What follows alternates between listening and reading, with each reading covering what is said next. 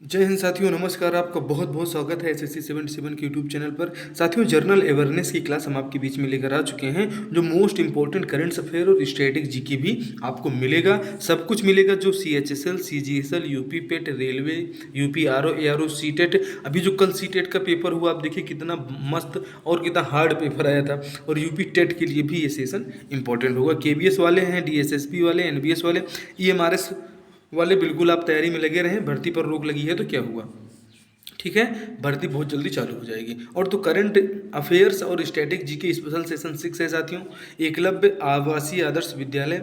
ये साथियों, यह बात मायने नहीं रखती कि आप कितना धीरे चल रहे हैं, मायने ये रखता है कि आप रुके कब तक नहीं और जीता वही जो मैदान छोड़ के भागा नहीं। तो हमें मैदान छोड़ के साथियों क्या करना है, भागना नहीं है, लगे रहना है। हाई कोर्ट से रोक लगी है, सुप्रीम कोर्ट से बहाल हो जाएगी। क्या दिक्कत है बताइए। और जब केंद्र सरकार ने वैकेंसी निकाली है तो कोई दिक्कत नहीं, केंद्र सरकार निकाली है तो अपने हिसाब से कोई कोई नियम कानून भी वो बना के रखी होगी और बहुत जल्दी आपको प्रेजेंट कर देगी, जिससे जो स्टेट आदिवासी समितियों ने जो ये रोक लगवाया है ईएमआरएस वाली भर्ती पर साथियों, तो उसके लिए बहुत परेशान नहीं होना है। वो भर्ती आपके बीच में बहुत जल्द फिर से आ रही है।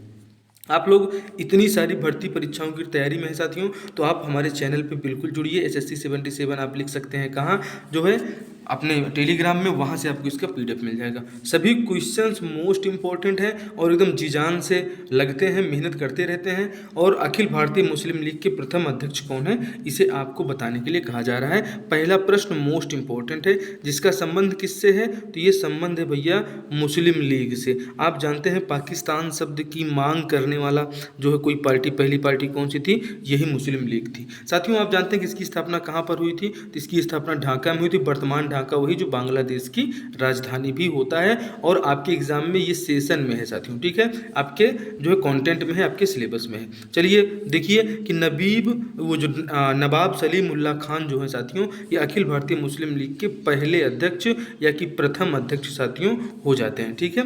आगे बढ़ेंगे, अगले प्रश्न की तरफ देखेंगे क्या है अगला महत्वपूर्ण प्रश्न साथियों। हेनले पासपोर्ट सूचकांक 2023 के अनुसार किस देश के पास विश्व का सबसे शक्तिशाली पासपोर्ट है। सब शक्तिशाली पासपोर्ट से तात्पर्य ये है साथियों कि इसमें जो है परमाणु बम नहीं बंधा हुआ है। इनके पासपोर्ट में क्या है कि इनके पासपोर्ट को किसी भी देश में आसानी से जो है ये ज़्यादा से ज़्यादा देशों में एकदम फ्री आप कॉस्ट घूम सकते हैं। इनको बहुत ज़्यादा इनसे पासपोर्ट की डिमांड नहीं की जाती है। तो जो हेनले पासपोर्ट सूचकांक 2023 में है साथियों, इसमें जो सिंगापुर का पासपोर्ट है, ये दुनिया का विश्व का सबसे शक्तिशाली पासपोर्ट है, ठीक है। अब शक्तिशाली है तो क्या ये जाके सीधा रसिया से टक्कर ले लेगा, नहीं, रसिया से टक्कर ले लेगा नहीं। यहाँ के लोगों को आसानी से किसी भी दूसरे देश में यात्रा करना इनके लिए बहुत आसान होता है। आगे बढ़ेंगे, ग्राम पंचायत के सचिव की नियुक्ति कौन करता है। अब भाई जो ये हमारे सेक्रेटरी महोदय हैं, ये जो सचिव महोदय हैं, इनकी नियुक्ति कौन करता है। क्या पंचायत की समिति करती है, तो जी नहीं, बिल्कुल नहीं। जिला परिषद, ये भी नहीं। सरपंच करेगा, ये तो बेचारा खुद ही चुन के आता है जनता से, तो ये कहाँ से करेगा। तो सरकार जो होती है साथियों, ये ग्राम पंचायत के सचिवों की नियुक्ति करती है, ठीक है। ग्राम पंचायत के बारे में आप 73वां और 74वां संविधान संशोधन जरूर याद रखें साथियों, ये एग्जाम में पूछा जाता है, ठीक है। आगे बढ़ेंगे, अगला सेशन क्या है, अगला प्रश्न क्या है, सरकार इस प्रश्न का सही उत्तर है। और फैट, ये क्या है साथियों, ये फैट मैंने मोटा वाला की बात नहीं कर रहे हैं, इसका जो फुल फॉर्म हो जाता है साथियों, ये हो जाता है फाइनेंशियल एक्शन टास्क फोर्स, यहाँ पर लिखा हुआ है। इसकी स्थापना कब हुई थी, जब हम लोग वही पैदा हुए थे साथियों, तो साल 1989 में इसकी स्थापना हुई थी। अच्छा, इसके पूछा क्या जाता है, तो इसका पूछा जाता है भैया कि हेडक्वार्टर कहाँ पर है, तो इसका हेडक्वार्टर बताइएगा, सीधा पेरिस में है इसका headquarter. Washington DC, the Hague में क्या है साथियों, आप जानते हैं कि अंतर्राष्ट्रीय जो न्यायालय है, अंतर्राष्ट्रीय न्यायालय का जो मुख्यालय हो द नीदर्स जो है द हेग नीदरलैंड में है साथियों। वाशिंगटन डीसी क्या है, यहाँ तो भाई पूरी दुनिया के सबसे ज़्यादा मुख्यालय आपको यहीं पे मिलेंगे। काठमांडू साथियों क्या है, काठमांडू आप जानते हैं क्या, काठमांडू नेपाल में पड़ता है। तो साथियों नेपाल की जो राजधानी हो जाती है वो हो जाती है काठमांडू। चैनल पे नए हैं साथियों तो एकदम क्लास आपके लिए मोस्ट इंपॉर्टेंट है, सभी प्रश्न महत्वपूर्ण हैं। और ये भी डायरेक्ट एग्जाम में पूछा जाता है कि FAT ठीक है। FATF का फुल फॉर्म क्या होता है, तो सीधे लिख दीजिएगा, FATF का फुल फॉर्म जो होता है फाइनेंशियल एक्शन टास्क फोर्स होता है। ये भी एग्जाम में कई बार आया हुआ है साथियों। आगे बढ़ेंगे, अगला प्रश्न मोस्ट इंपॉर्टेंट है, एंटीजन क्या कार्य करता है। अभी हम आप लोग आ चुके हैं साइंस वाली कैटेगरी में, अब जब साइंस में चलेंगे तो साइंस के प्रश्न आपके बीच आएंगे। एंटीजन क्या कार्य करता है, कोरोना के समय में एंटीजन की बहुत ज़्यादा जरूरत पड़ती थी। नुकसानदेह बैक्टीरिया को क्या खत्म करता है, जहर के रूप में कार्य करता है, एंटीबॉडी का निर्माण करता है साथियों। तो यही एंटीबॉडी का निर्माण करता था और इसी कारण से एंटीजन क्या कार्य करता है, तो एंटीबॉडी का निर्माण करता है। आपके शरीर के अंदर रोग प्रतिरोधक क्षमता को क्या करता है, ये बढ़ा देता है। कौन बढ़ाता है, इसका नाम एंटीजन है। ये एंटीजन को याद रखिएगा, एंटीजन ही वो है जो हमारे बॉडी की रोग प्रतिरोधक क्षमता को बढ़ा देता है, जिससे आप बीमार कम से कम होते हैं साथियों। ठीक है, आगे बढ़ेंगे, अगला प्रश्न देखिए, क्वाड शिखर सम्मेलन 2024 की मेजबानी कौन करेगा। अब सबसे पहले तो 2023 में जो है मेजबानी किसने की थी, इसके बारे में बताइए। तो आप देखिए USA ने की थी, मतलब यूनाइटेड स्टेट ऑफ अमेरिका ने किया था। ठीक है, 2024 में कौन करेगा साथियों, तो 2024 में करेगा हमारा प्यारा भारत, इसकी मेजबानी करेगा। ठीक है, अगला इसमें क्या महत्वपूर्ण है, क्वाड में है कौन कौन साथियों, तो एक आप ऑस्ट्रेलिया को याद रखिएगा, फिर अमेरिका को याद रखिएगा। ठीक है, उसके बाद आपका भारत हो जाएगा, और भारत के बाद कौन हो जाएगा, जापान हो जाएगा, जहाँ के पूर्व प्रधानमंत्री कौन थे भैया, शिंजो आबे थे।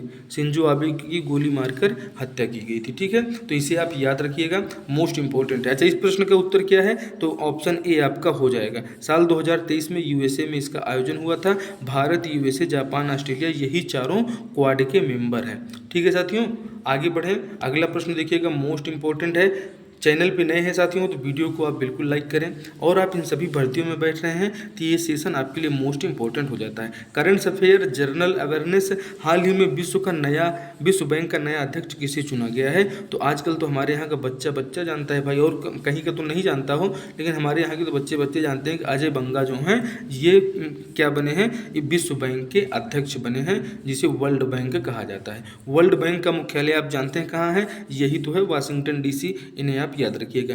के कस्तूरी रंगन कौन है साथियों, तो जो अभी EMRS आप देखते हैं, EMRS में NEP आपसे पूछा जा रहा है, नेशनल एजुकेशन पॉलिसी 2020 की जो समिति बनी थी उसके क्या थे, ये हेड थे, अध्यक्ष थे। इसके पहले वो इसरो के, इंडियन स्पेस रिसर्च ऑर्गेनाइजेशन के हेड भी रह चुके हैं के कस्तूरी रंगन। टेड्रोस के बारे में आप क्या जानते हैं साथियों, तो क्या आपने WHO का नाम सुना है साथियों, कि वर्ल्ड हेल्थ ऑर्गेनाइजेशन, क्या उसके अध्यक्ष महोदय हैं क्या ये, बिल्कुल हैं साथियों, इन्हें याद रखिएगा। आगे बढ़ते हैं, इस प्रश्न का सही उत्तर क्या है, विश्व बैंक का नया अध्यक्ष अजय बंगा को चुना गया है। के कस्तूरी रंगन इसरो के, ये पूछा जाता है साथियों, ESRO।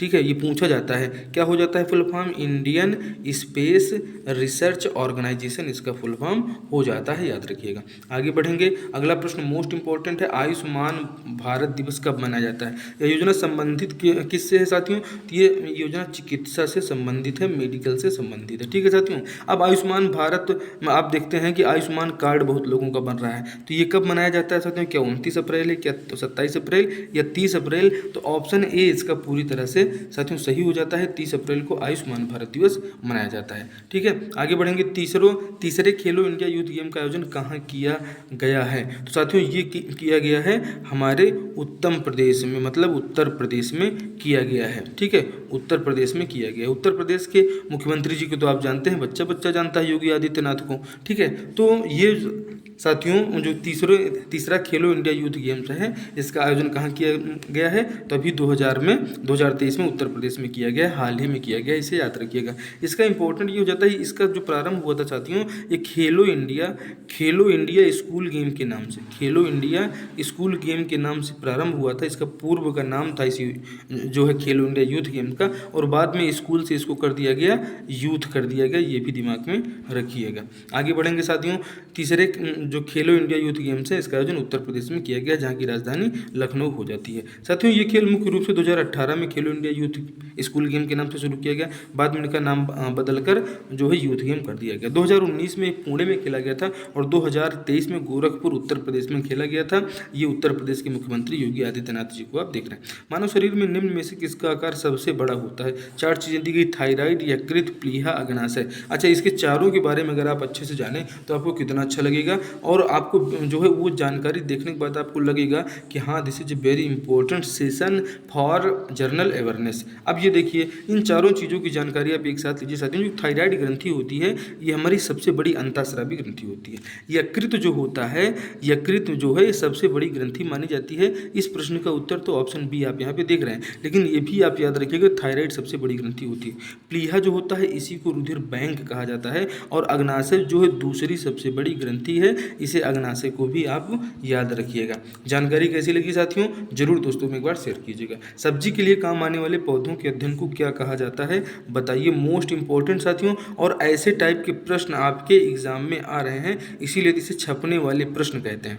ठीक है साथियों, इसको छपने वाले प्रश्न कहते हैं, आपके पेपर में छपेगा। आपको ये बताना है कि ये क्या फ्लोरिकल्चर है। फ्लोरिकल्चर आप जानते हैं कि फूल तो लग रहा है ना भाई, फूलों का अध्ययन है क्या। पोमोलॉजी क्या है, आपको कमेंट बॉक्स में लिखना है। हॉर्टिकल्चर क्या है, ओलेरी कल्चर क्या है, इन सभी के बारे में हम आपको बताएंगे। तो सब्जी के लिए क्या आता है साथियों, सब्जी के लिए आप जानते हैं कि सब्जी के लिए ओलेरी कल्चर आता है। क्या ये सही है, क्या मैं सही लिख रहा हूँ ओलेरी कल्चर। चलिए आंसर की तरफ बढ़ते हैं, और साथियों ये आंसर आपका पूरी तरह से सही है। ओलेरी कल्चर जो है सब्जी के लिए, जो सब्जी का पौधों का अध्ययन होता है, इन्हें ओलेरी कल्चर कहते हैं। हॉर्टिकल्चर फल फूल बागानों के लिए कहते हैं, और जो फ्लोरिकल्चर होता है साथियों इसे फूलों की खेती करना कहते हैं। पोमोलॉजी को आपको कमेंट बॉक्स में छापना है, एक चीज़ आपको इसको छापना है। ठीक है साथियों, आगे बढ़ेंगे। हमने चैनल पे साथियों इसके जितने भी अध्ययन हैं इन सभी का एक सेपरेट वीडियो अपलोड किया है, उसको हम जरूर आपको देंगे, और आप उसको देखिएगा। पूरी जानकारी एक साथ आपको एक जगह अच्छे से मिलेगी।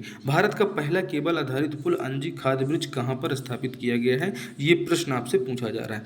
ये प्रश्न मोस्ट इंपॉर्टेंट है। भारत का पहला केबल आप समझ रहे हैं ना, ये वाला केबल, ठीक है, यही केबल, ये जो केबल होता है, तो तेलंगाना, जम्मू कश्मीर, तमिलनाडु या मध्य प्रदेश साथियों, तो ये जो केबल वाला पुल है साथियों, इसे अंजी खाज क्या कहा जाता है, अंजी खाद ब्रिज। ठीक है, अंजी खाद ब्रिज कहा जाता है। और इसके साथ चिनाब नदी के ऊपर जम्मू कश्मीर में ये स्थापित किया गया है, इसे आप याद रखिएगा। चिनाब नदी कहाँ होता है, तो JNK आपको याद रखना है। ठीक है, आगे बढ़ेंगे। अगला प्रश्न देखिए, सब कुछ देखते चलिए, जानकारी इन्फॉर्मेशन दिमाग में होनी चाहिए, फिर देखते हैं पूछते हैं भाई साहब कहाँ से। रेशम कीट के पालन को क्या कहते हैं, तो क्या इसी को सेरीकल्चर कहा जाता है, क्या इसी को सेरीकल्चर कहा जाता है, आप एक बार कमेंट करके जरूर बताएं। और इस प्रश्न का जो सही आंसर है साथियों, इसी को कहा जाता है, रेशम कीट पालन को सेरीकल्चर कहा जाता है। अच्छा, एपीकल्चर, हॉर्टिकल्चर किसे कहा जाता है, कमेंट बॉक्स में जरूर बताइए। और एक करंट अफेयर का मोस्ट इंपॉर्टेंट क्वेश्चन आप देखिए कि इंपॉर्टेंट में छपने वाला Mumbai, Rajasthan, Gujarat Titans, Chennai super Kings,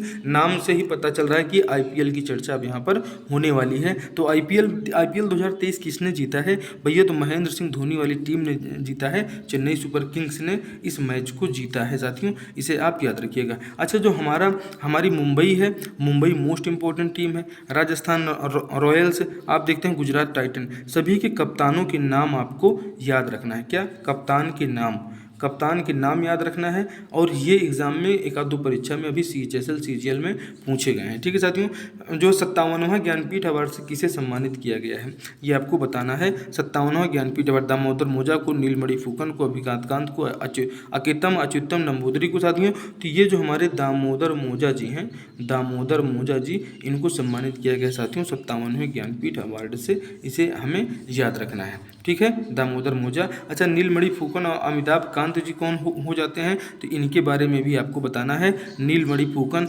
Amitabh Kant को आप कैसे जानते हैं साथियों, तो क्या नीति आयोग का नाम आपने सुना है, जो है नीति आयोग किसके स्थान पर आया था, तो आप लिख दीजिएगा योजना आयोग के स्थान पर नीति आयोग की स्थापना की गई थी। ठीक है, योजना आयोग के स्थान पर नीति आयोग आया था, और नीति आयोग के CEO रह चुके हैं कौन, अमिताभ कांत जी को आप याद रखिएगा। आगे बढ़ते हैं साथियों, निम्नलिखित में से किस कोशिकांग को कोशिन की प्रोटिका का कारखाना कहा जाता है। ठीक है, कोशिकांग को कोशिका का प्रोटीन कारखाना, प्रोटीन का ही कारखाना जब ये लिए बैठा है तो क्या दिक्कत है, प्रोटीन का कारखाना आपके शरीर में है। ठीक है, क्या हरित लवक को, लाइसोसोम को, माइटोकॉन्ड्रिया को, या राइबोसोम को, बताइए साथियों। क्वेश्चंस मोस्ट इंपॉर्टेंट हैं, और इस प्रश्न का जो सही उत्तर हो जाता है साथियों कि जो हमारे राइबोसोम्स होते हैं इनको प्रोटीन की फैक्ट्री कहा जाता है, लेकिन माइटोकॉन्ड्रिया को पावर हाउस ऑफ सेल्स कहा जाता है, लाइसोसोम को आत्महत्या की थैली कहते हैं, हरित लवक को या क्लोरोप्लास्ट, इसी में क्लोरोफिल रहता है जो हरे रंग का होता है, प्रकाश संश्लेषण के लिए यही जिम्मेदार होता है, हरित लवक।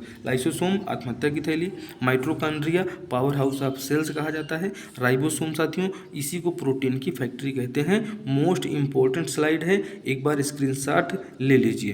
ठीक है साथियों, स्क्रीनशॉट जरूर रख लीजिए और याद रखिएगा लाइसोसोम, माइटोकॉन्ड्रिया, राइबोसोम हरित लवकों के बारे में जो है कि आत्महत्या की थैली लाइसोसोम को कहा जाता है। निम्नलिखित में से किस कोशिकांग जो है में से किस कोशिकांग केवल पशु कोशिका में पाए जाते हैं? इनमें ये दिया गया है लाइसोसोम, गाजी बॉल्डीज, सेंट्रोसोम, राइबोसोम। तो इसमें से ऐसा कोशिकांग का नाम आपको बताना है जो केवल पशुओं में पाए जाते हैं। मोस्ट इंपॉर्टेंट क्वेश्चन है और ये प्रश्न पूछा गया है साथियों, ये प्रश्न पूछा गया है। ठीक है, तो ये जो पाया जाता है साथियों, ये क्या सेंट्रोसोम में पाया जाता है, क्या गाजी बॉल्डीज में पाया जाता है, या लाइसोसोम या राइबोसोम? तो लाइसोसोम को तो बिल्कुल काट दीजिए, राइबोसोम को भी काट दीजिए। अब चलिए देखते हैं 50-50 क्या है आपका आंसर।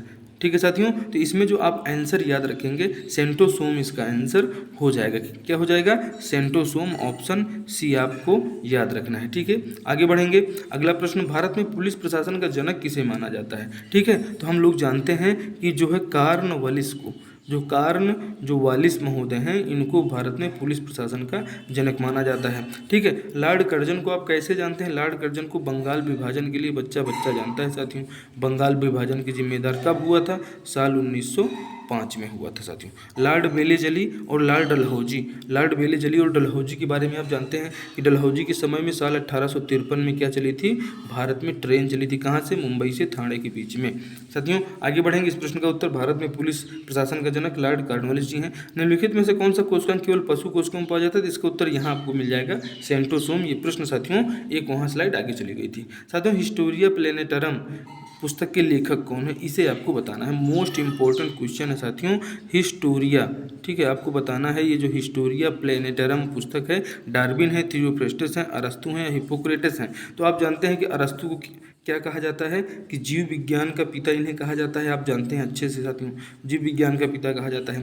थियोफ्रेस्टस साथियों जो हैं ये हिस्टोरिया प्लेटिनम पुस्तक के क्या लेखक हैं? आइए आपको आंसर की तरफ लेकर चलते हैं। और इन्हीं को साथियों फादर ऑफ बॉटनी कहा जाता है, थियोफ्रेस्टस को। और हिस्टोरिया प्लेनेटरम जो है पुस्तक के लेखक यही है, father of botany, Theophrastus. Darwin को साथियों एवोल्यूशन के बारे में बताया। अरस्तु को जीव विज्ञान का पिता कहा जाता है। और फादर ऑफ मेडिकल साइंस याद रखिएगा, हिप्पोक्रेट्स को कहा जाता है फादर ऑफ मेडिकल साइंस। बहुत बड़ा नाम है साथियों, बहुत बड़ा नाम है कि फादर ऑफ जो है मेडिकल साइंस कौन है? हिप्पोक्रेट्स हैं। बहुत लोगों की जिंदगियां बचा रहे हैं और बहुत लोगों के पेट भी इससे पल रहे हैं।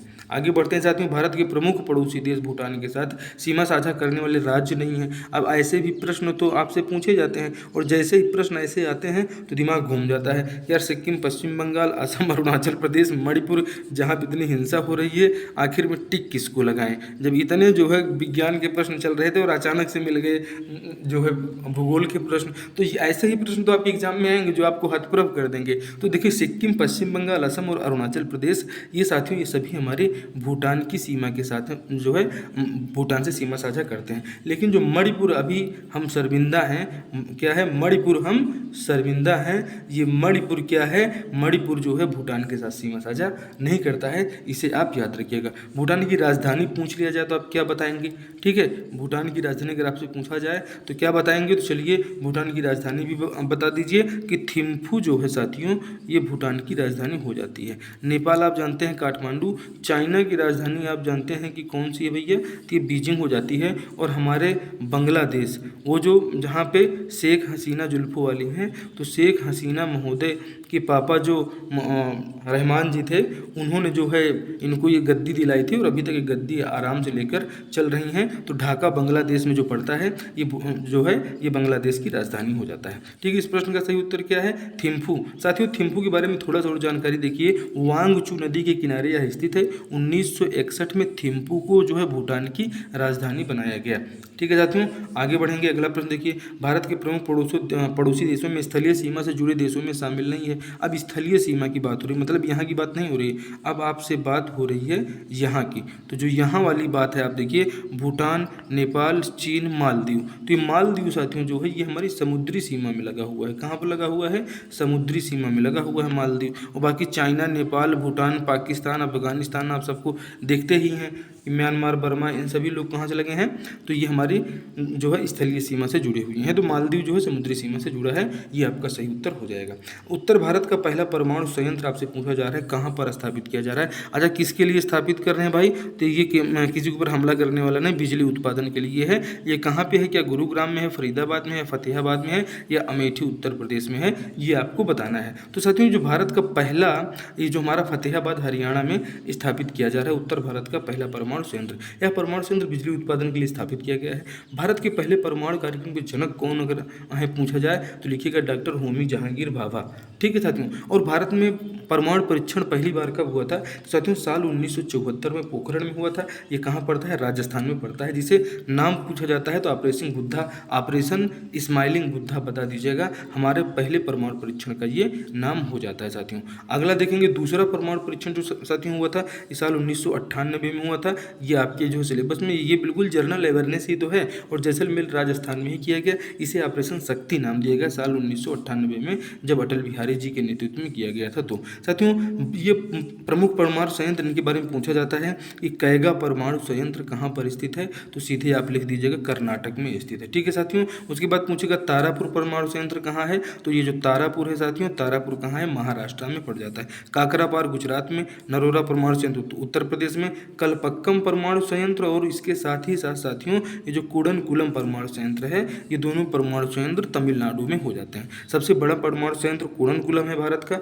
जो रसिया की सहायता से जो है यहाँ पर बना हुआ है। साथियों रसिया के अभी जो है राष्ट्रपति महोदय कौन है, तो रूस के राष्ट्रपति महोदय कौन है, तो रूस के राष्ट्रपति महोदय हैं व्लादिमीर पुतिन को आप याद रखिएगा। व्लादिमीर पुतिन वहाँ के राष्ट्रपति हो जाते हैं। जो फरवरी से इन्होंने लगभग एक साल, फरवरी 2022 में इन्होंने यूक्रेन के ऊपर अटैक कर दिया है और अभी तक लगातार लड़ाई चल रही। यूक्रेन के राष्ट्रपति कौन है, तो व्लादिमीर जेलेंस्की हैं, इन्हें भी आप याद रखिएगा। आगे देखिएगा साथियों, चेरनोबिल परमाणु त्रासदी कहाँ हुई थी, तो यही त्रासदी साथियों यूक्रेन में हुई थी, इसे आप याद रखिएगा। ये चेरनोबिल कहाँ पड़ता है, यूक्रेन में पड़ता है, जहाँ पे जेलेंस्की जो है यहाँ के राष्ट्रपति हो जाते हैं। ठीक है साथियों, यहाँ पे जेलेंस्की राष्ट्रपति महोदय हैं, और ये यूक्रेन साथियों यहीं पे चेरनोबिल परमाणु त्रासदी हुई थी, जहाँ पर बहुत सारे लोग जो है खत्म हो गए थे। साथियों ये मोस्ट इंपॉर्टेंट सेशन है चैट जीपीटी। साथियों ये साथियों एआई आर्टिफिशियल इंटेलिजेंस आजकल बहुत ज़्यादा चल रहा है। चैटबॉट को माइक्रोसॉफ्ट द्वारा लॉन्च किया गया, जिसका फुल फॉर्म पूछा जाता है chatting generative pre trend transformer. याद रखिएगा, इसका फुल फॉर्म हो जाता है चैट जीपीटी। ये आपका जीपीटी इसी का फुल फॉर्म होता है क्या साथियों, कि जनरेटिव प्री ट्रेन ट्रांसफार्मर, इन्हें याद रखिएगा। चैट जीपीटी का फुल फॉर्म हो जाता है। इसे लॉन्च किसने किया है, माइक्रोसॉफ्ट ने लॉन्च किया है। लेक्सी क्या है साथियों, ये भी आर्टी इंटेलिजेंस पर आधारित एक जो है, आप देखते हैं जैसे गूगल आप करते हैं साथियों, तो अब आप गूगल की जगह अब आप लेक्सी पर भी जाकर पूछ सकते हैं कि भारत के संविधान में जो है साथियों पंचायतों को उल्लेख कहाँ पर किया गया है, वो लेक्सी भी बताएगा, चैट जीपीटी भी बताएगा, जो माइक्रोसॉफ्ट का है। ये आर्टिफिशियल इंटेलिजेंस आधारित इंजन है, इन्हें आप याद रखिए, जैसे गूगल है। ठीक है साथियों, आगे बढ़ेंगे, और आप ये देख रहे हैं आर्टिफिशियल इंटेलिजेंस पर आधारित चैट जीपीटी का भारतीय वर्जन है। इसे वेलोसिटी कंपनी द्वारा लॉन्च किया गया है। किसको, लेक्सी को आप याद रखिएगा। चैट जीपीटी संचालित एआई चैटबॉट इसे माइक्रोसॉफ्ट द्वारा लॉन्च किया गया है। ये भी मोस्ट इंपॉर्टेंट क्वेश्चन हो जाता है साथियों। बार्ड चैट बोट किसने लॉन्च किया है, तो भैया इन सभी के जवाब में गूगल ने भी लॉन्च कर दिया है। बार्ड चैट बोट जो है एकदम स्क्रीनशॉट लीजिएगा, ऐसे प्रश्न आपके एग्जाम में आ रहे हैं। एरनी चैटबॉट जो है चाइना ने लॉन्च किया है। लिब्रा क्या है, लिब्रा आप जानते हैं फेसबुक की क्रिप्टो करेंसी थी, अब इसका नाम बदलकर क्या कर दिया गया है, तो इसका नाम बदलकर डाइम कर दिया गया है। ये आप यहाँ पर देख पा रहे हैं। ठीक है, डाइन नहीं भाई, डाइम होता है, डाइम। आगे देखते हैं, निजी कंपनियों द्वारा विकसित भारत के पहले APJ Abdul Kalam satellite launch vehicle mission 2023 को कहाँ से लॉन्च किया गया है, चेन्नई से पट्टीपुलम गांव से लॉन्च किया गया साथियों। एपीजे अब्दुल कलाम फाउंडेशन द्वारा लॉन्च किया गया, जिसे मार्टिन फाउंडेशन 85% फंड उपलब्ध कराएगा। कक्षा 6 से 12 तक के 5000 बच्चों को अपने रॉकेट के डिजाइन और प्रक्षेपण आदि के माध्यम से जागरूकता करने का इनका ये प्लान है साथियों। यूट्यूब के नए सीईओ के बारे में बिल्कुल पूछा जा सकता है। यूट्यूब के नए सीईओ किस भारतीय को नियुक्त किया गया है, नील मोहन है, जो भारतीय मूल के अमेरिकी नागरिक है साथियों। इसका मुख्यालय जो यूट्यूब का है कैलिफोर्निया अमेरिका में है। यूट्यूब का प्रारंभ साल 2005 में हुआ था। अरविंद कृष्णा ये भाई साहब जो हैं ये IBM के सीईओ हैं। स्टारबक्स के सीईओ लक्ष्मण आचार्य हैं, और अल्फाबेट अल्फ़ाबेट कंपनी के सीईओ सुंदर पिचाई हैं। आप जानते हैं कि गूगल की मुख्य कंपनी है, जो गूगल के पापा आप कहेंगे तो ये अल्फ़ाबेट को ही बताइएगा, ठीक है, इसी की जो है कंपनी है। साथियों माइक्रोसॉफ्ट के सीईओ कौन है? सत्या नडेला हैं। और शांतनु नारायण क्या है? एडोब कंपनी के सीईओ हो जाते हैं, इन्हें आप याद रखिएगा। अच्छा, हम इतना जानकारी आपको एकदम अचानक से बता दिए और कुछ बताए नहीं साथियों। तो सबसे खास बात है कि जितने भी आपने हेड और अध्यक्ष देखे इन कंपनियों के, सब के हमारे प्यारे भारतवासी हैं। इन कंपनियों के अध्यक्ष शांतनु नारायण एडोब कंपनी के, माइक्रोसॉफ्ट के सत्या नडेला, अल्फ़ाबेट के सुंदर पिचाई, स्टारबक्स के लक्ष्मण आचार्य, IBM के अरविंद कृष्णा, ठीक है, यूट्यूब के सीईओ आप नील मोहन को देख ही रहे हैं। तो ये सेशन आपको कैसा लगा साथियों जरूर बताइएगा। पूरी शिद्दत के साथ आपके लिए हम लगातार हिंदी के मॉक टेस्ट भी लेकर आ रहे हैं, उनको भी अटेंड कीजिए। हिंदी साहित्य और व्याकरण के महत्वपूर्ण प्रश्न आपके बीच में साथियों। इतनी सभी भर्ती परीक्षाओं के लिए हमारी क्लासेस इंपॉर्टेंट रहती हैं। आप जरूर अपनी तैयारी हमारे साथ करें और आप तैयारी जो है करिए। मेहनत का साथियों कोई तोड़ नहीं है, ठीक है, मेहनत का कोई तोड़ नहीं है, और जो मेहनत करता है उससे कोई बेजोड़ नहीं है। तो चलिए आप मेहनत करिए। और जो एक चीज़ एकदम ध्यान रखिएगा, यह बात बिल्कुल मायने रखती है कि आप कितना धीरे चल रहे हैं, ये मायने नहीं रखती है। अगर तेज़ चल रहे हैं तो बहुत अच्छी बात है, तेज़ चल रहे हैं तो बहुत अच्छी बात है, अगर धीरे भी चल रहे हैं तो कोई दिक्कत नहीं है। लेकिन मायने ये रखता है कि रुकना नहीं है भाई, रुकना नहीं है, चलते रहना है। चलने का नाम भी तो ज़िंदगी है। और जीता वही जो मैदान छोड़ के भागा नहीं। तो मैदान छोड़ के भागना नहीं है, लगे रहो इंडिया, होगा जो देखा जाएगा। लेकिन सिलेक्शन तो लेकर ही रहेंगे, और सिलेक्शन नहीं मिलेगा तो क्या मिलेगा? इन्फॉर्मेशन मिलेगी और सब कुछ मिलेगा जो आप चाहते हैं। क्योंकि आप जानते हैं तुलसीदास जी ने एक बहुत अच्छी लाइन कहा है, और उसको मैं प्रायः लोगों के साथ शेयर करना चाहता हूँ, कि मतलब शेयर करते भी रहता हूँ, और एक बार फिर से आपके बीच में उसको मैं 2 लाइन जरूर कहूँगा। क्या कहूँगा? कि जब इच्छा रखी हूँ मन माही, प्रभु प्रसाद कछु दुर्लभ नहीं। बिल्कुल बात सही है। तुलसीदास जी ने कहा है कि आपको इच्छा रखना है, लेकिन उसके लिए क्या करना है? कर्म प्रधान विश्व करि राखा, जो जस करई सो तासु फल चाखा। तो भाई मेहनत करना है, मेहनत से घबराना नहीं है। और जब मेहनत नहीं किया तो आखिर में किया ही क्या? एक चीज़ आप जानिए कि जो पानी से नहाएगा, ठीक है, 2 चीज़ से आदमी नहाते हैं। जो पानी से नहाएगा वो केवल लिबास बदलेगा, अपना कपड़ा बदल लेगा, और जो पसीने से नहाएगा इतिहास बदलेगा। तो आपको क्या करना है? आप अच्छे से नींद अपनी पूरी करेंगे, नहाने धोने में बिल्कुल अच्छे से मस्त रहिए, या पसीना बहाना है। तो अगर पसीना बहाएंगे तो कुछ नहीं मिलेगा, तो इन्फॉर्मेशन तो 100% मिलेगी ही। एकदम तैयार रहिए। और हमारे चैनल पे साथियों नए हैं तो चैनल को क्या करिए, सब्सक्राइब कर लीजिए, और अपने दोस्तों में शेयर कीजिए, हमारी टीम का उत्साहवर्धन कीजिए। आपसे मिलते हैं अगले सेशन में, तब तक मैदान छोड़ के भागना नहीं है, लगे रहना है। जय हिंद, जय भारत।